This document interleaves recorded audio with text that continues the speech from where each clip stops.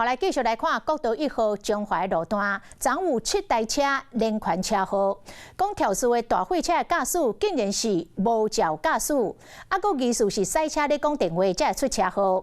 车祸发生了后，佫担心保险无要理赔，是找小弟出来担罪。 7台车连环浪，其中有2台轿车，车体是严重来变形，造成1个人死亡，1个重伤。这个死亡的轿车的驾驶本地是要送货到这个彰化，想袂到出车祸来死亡，留下着太太甲12岁的后生。太太听讲，这个肇事的驾驶根本就无驾照，是相当的气愤。 2台自用的后壁大货车弄着了后，前后夹讲煞变一团，其中1台轿车、兵车兼导火。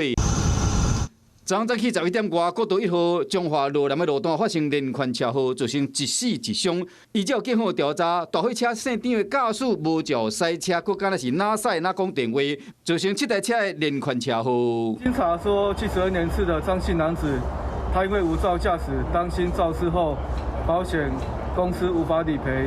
于事故后通知其胞弟，也就73年次的张姓男子，驾驶车辆前来冒名顶替。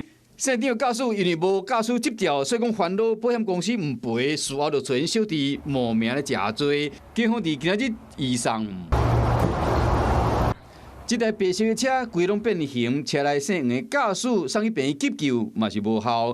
因某今仔日到殡仪馆正悲伤，因翁本来是要为台中到彰化送货，却拄着死亡的车祸，留下一个12岁后生。肇事驾驶和家属正不满。太夸张了，真的太夸张了！这样的人真的不应该让他在高速公路上面开车。7台车的连环车祸，肇事驾驶是无驾驶执照，哪使佫敢若哪讲电话。 真不幸，造成一个家庭伫过年前破碎。